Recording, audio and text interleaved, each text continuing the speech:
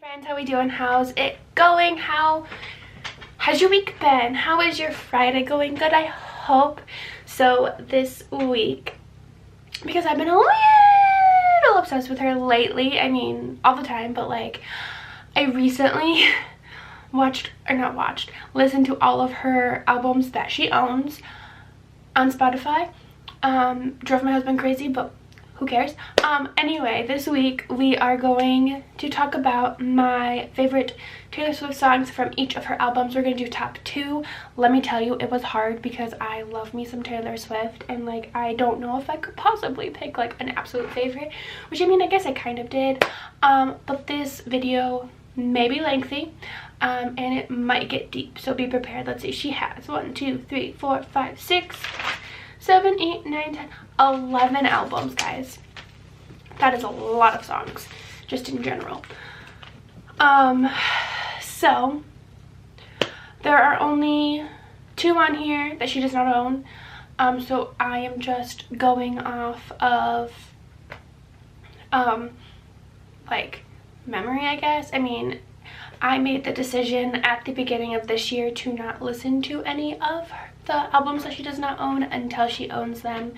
So those albums are Taylor Swift, her very first album, and then Reputation. So I haven't listened to them in probably about like a year or so, because I'm just waiting for her to release those ones, because we want to support Taylor. We don't want to support the evil man who will not let her own the rights to her own music. But all of the other ones are albums that she owns, so just yeah. So let's get started and start with Taylor Swift, her very first album. It released in 2006, I believe, so I was 10. I was 10 when my love affair with Taylor started, and I am now 28. That is crazy. But the first two songs I'm going to talk about are Mary Song, in parentheses, Oh My My My. This song kind of like holds, I guess, a little something special in my heart, because growing up, one of my mom's friends, her and my mom would always joke that me and her son would get married, and I had a gigantic crush on him when I was a child. Well up into like my high school years. I think the crush dissipated when I went to college, because like I wasn't in that environment. Like I wasn't seeing him every day at school, even though he's 2 years older than me, so he would have graduated my sophomore year. But anyway, but I also wasn't seeing his mom. Like I said, his mom and my mom were friends. They worked together, so I would see her quite often. So like the reminder of him in my head would be out all the time. And I was just a schoolgirl pining over someone I could never have. But anyway, my sister said that this was our song, and I held on to that. She told me that one year while we were camping on vacation, because we would camp every single year for our family vacation in the summer.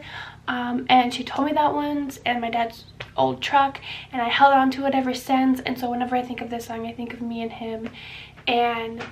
And when I was younger, I would always dream about us getting together while listening to the song, and just in general.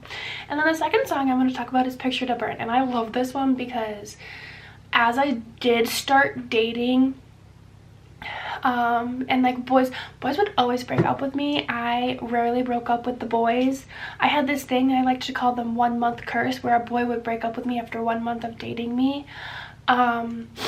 I don't know why. Maybe it's because I wouldn't do anything. Like I wouldn't even like kiss them. The farthest I would go was hold their hand until I was like 16, when my then boyfriend kind of forced it, kind of didn't. I wanted it, but I was nervous, and so he just did it.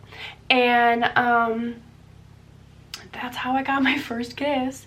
But yeah, I started dating when I was 12. I didn't have my first kiss until I was 16, so I would only let the boys that I would date hold my hand. I wouldn't let them do anything else. Because I was nervous, and I was a good little Christian girl. So as I started dating, and this song really resonated me with the boys who would break up with me and break my little tween heart. Honestly, it didn't really break my teen heart. I was kind of like butthurt for a little bit, but I got over it easily. So yeah, I really, and plus it's just like an empowering song. even now that I'm 28 and happily married, it's just like, ew, I'm gonna do this because you hurt me. And like, I love the music video. It's so good. Next, the album we're gonna talk about is Fearless. The first song that we're gonna talk about is White Horse, because again, your girl was a broken-hearted little baby teenager and just really resonated with it, even though I don't think any of my middle school boyfriends cheated on me that I'm aware of. I do know of one boyfriend in high school that cheated on me in like the beginning of our relationship, and then I stayed with him for like 2 years, I think. Yeah, 2 years. We stayed together for 2 years after that. I'll explain more in a little bit. I think it's on here. But yeah, it's just when you really want to be sad and in your feelings, and it's just a really good song. Like, it's also about a girl taking her power back, and I love that. Next is You Belong With Me, which again, you remember the first boy that I was talking about, that his mom and my mom worked together and they were friends? Yeah, this song was also about him growing up, because he had this really horrible girlfriend. She hated me simply because I'd known him before her. Like, our moms have been friends since he was like 3, so he's known me my entire life. This friendship goes beyond me and him. So like, it's like late 90s, not late 90s, early 90s, like late 80s ish.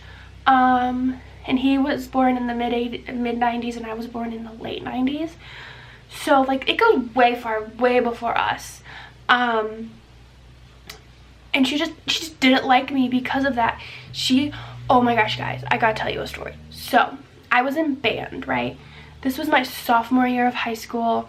The band plays at like graduation, and so he was graduating that year, and he was supposed to pick me up from my house to take me to graduation so I could play in the band. He never showed up.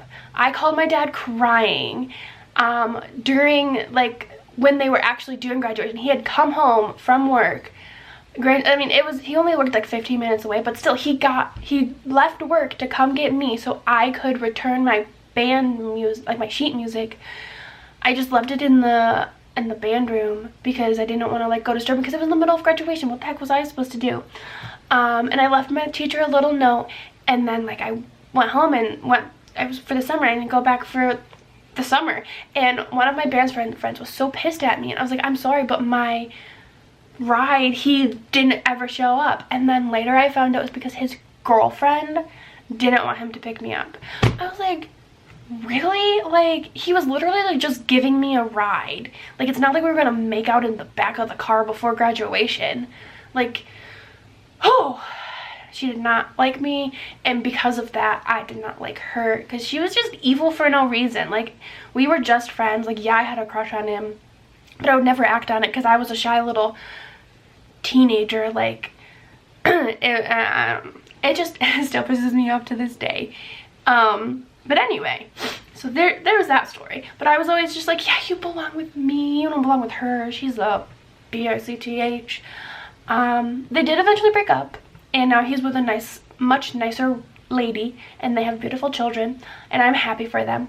But yeah, so that song, whenever I think of that song, I always think of me and him and the evil girl he used to date.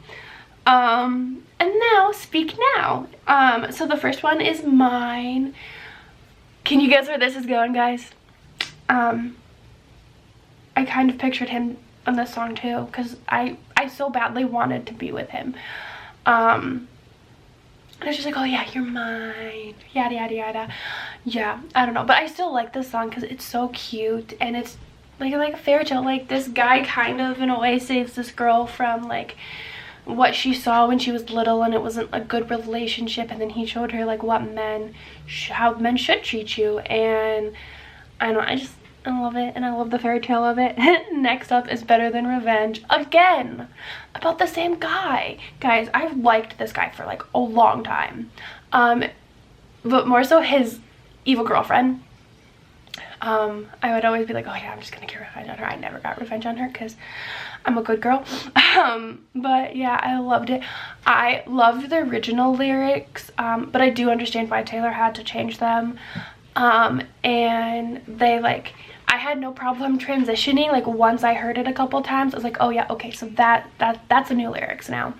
But at first when I heard it, I was kind of butthurt, but I'm like, no. And then I like stood back and like thought about it, and I was like, no, I guess, okay, I understand. I'm okay with it now. But I love Better Than Revenge because it's a good like revenge song, and you like get in your feels, and I just love it.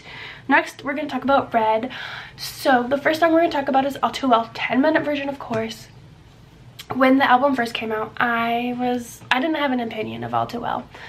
I was like, yeah, it's a good song. I probably had other favorites. I can't remember because it was way back in the day. But now I absolutely love it. I think what got me to love it was like probably all of the hype around it, and then the little like short story movie thing she did. I loved that so much. And so now I just love All Too Well 10-minute version so much, and I always listen to it, and whenever it comes out I'm like, yes. So I just love it. And the next one we're gonna talk about is We Are Never Getting Back Together. So guys, guess what I'm gonna talk about? The Boy. So we went in my high school, we had this thing called tech, and it was, I forgot the actual name of it. It was something learning center, but you could, if you were a junior or a sophomore, the second half of your school day, so in the afternoon, you would go to this place. It's like a building that you could get college credits for, like classes that you take a class, and it would be like a career you wanted to. So like I did the early education one, there was like a police one, there was like a chef one, like whatever career you wanted to do, you could get a college credit or two for that if you went to that. But you had to be a sophomore or a junior or a senior, and it was always in the afternoon, so you had to keep your grades up in the morning classes, and then you'd get to leave a little bit early. You could have lunch a little bit early, and then you would go there for the rest of your school day. And I did that, and so did the evil girlfriend. She was in the police one. And this album had just come out, and We're Never Getting Back Together was on, like it was on the radio on the bus, and she told her friend, she was like, I told so and so that if we ever break up, this would be our song. And so I was like, And so whenever I think of it, I think of them, and I'm just like, oh, I hope you break up. That's what I was thinking in that moment. And I was thinking, you better not get back together because he's too good for you. But yeah, I love that this music video was a one-take music video. Like that is so cool. I could never ever do that. But also I did actually play it a couple when I broke up, well, when a boy broke up with me, and then it really stuck in my one really serious high school relationship, because that was a doozy. Next is 1989. I loved this album. This is probably one of my favorite albums. Also, it was the year my sister was born. Like, and if you didn't know that, my sister and Taylor Swift are the same age, but my sister is older because she was born in March and Taylor was born in December. Anyway, so the first one is Blank Space. Again, it's a really good like revenge song, I want to say. It's just telling the guy like, yeah, I'll go out with you, but just so you know, this is what's gonna happen. And then I love the boys, whatever that word she speaks, I can't think of it right now because I'm on the spot. But I love that part, and I love the music video. It's just amazing. Next up is Bad Blood.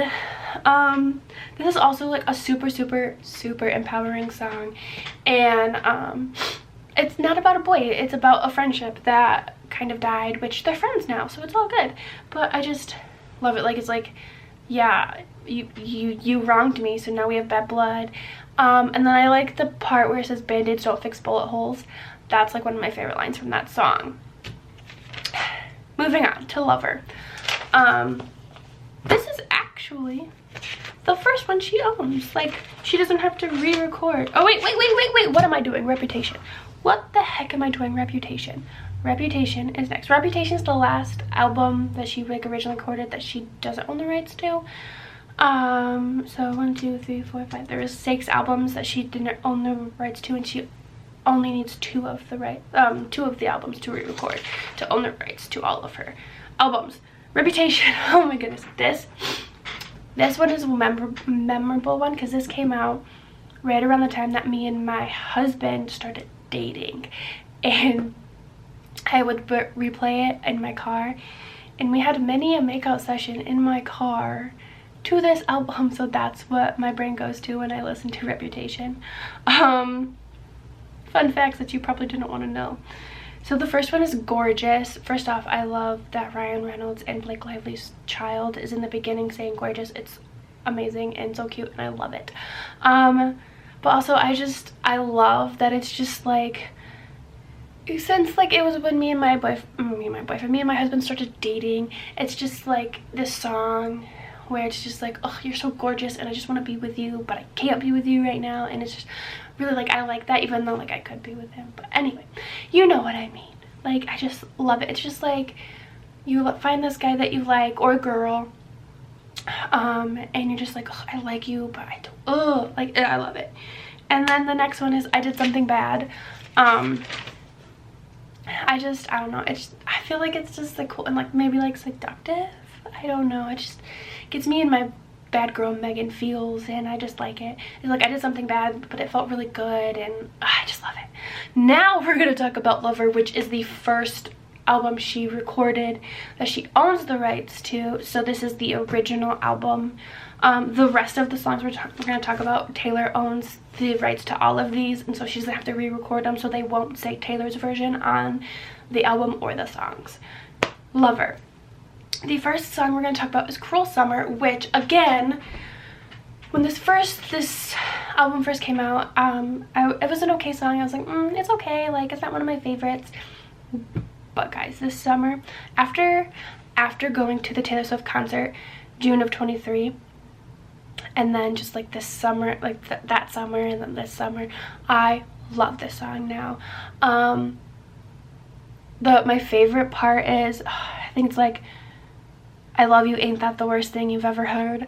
Like, I shout that and I love it, even though I'm happily married, guys. I'm happily married, just so you know, if you didn't know, I am happily married.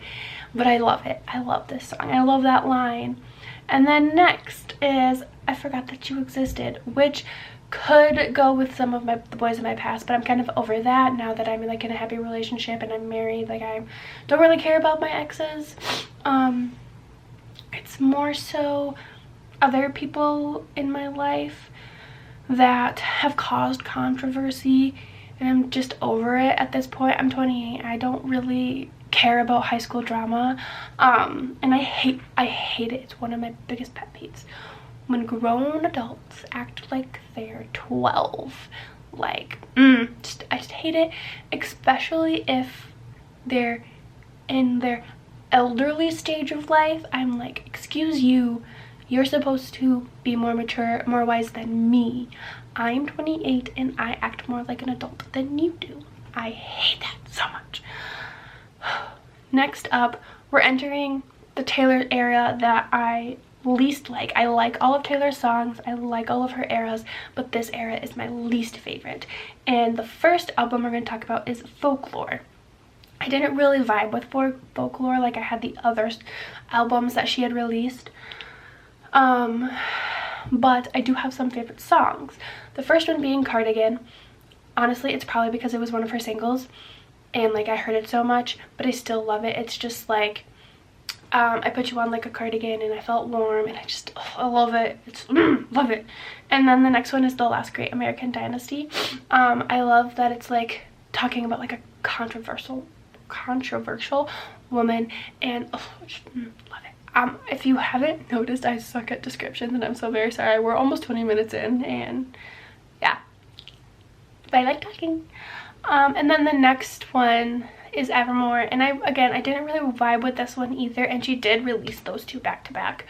And it's like she's like in her folksy era, and that's usually one of the music genres that I like don't like interact with. Sometimes I do, but I'm more of a pop girly, so excuse me. But one of my absolute favorite songs by Taylor Swift is Nobody No Crime. Love it, love it so much. Because I'm a crime girly. Growing up, me, my mom, my sister, and my grandma would always watch like crime documentaries, crime shows, crime movies, the Hallmark ones with Candace Cameron Bure. My grandma really loved those. I just grew up around the crime community. And so I really love this song. And first off, it's just like the most epic revenge song ever, because like her friend went missing and thinks it's her husband because he was cheating, and then her husband goes missing and they think it's the mistress, but it was really her, and she left no evidence, and I love it so much. And then the next one is Tolerate It. And I really didn't get into this song until I went to go see Taylor live, and this song has a double meaning for me. Firstly, it goes along with what she said, talking about how she was in a relationship and she was tolerating it because she like thought she deserved it or whatever. And so that I was in a relationship, a high school relationship. It was my first serious relationship from April 2012 to August 2014, so about 2.5-ish years. And he treated me like crap, but I didn't think I could do any better because I'm from a very small village. There was like 50 people in my graduating class. There's like 1,400 people total in the village, and so I didn't think I could do any better. I didn't think anyone else would like me, and so I just tolerated it and I stayed with him. And then towards the end, I was graduating high school and I was going off to college, and I just got tired of it, and I tried to break up with him, but he wouldn't let me, and so I had to convince him that I would be okay if he broke up with me. And that's when I finally got out of the relationship.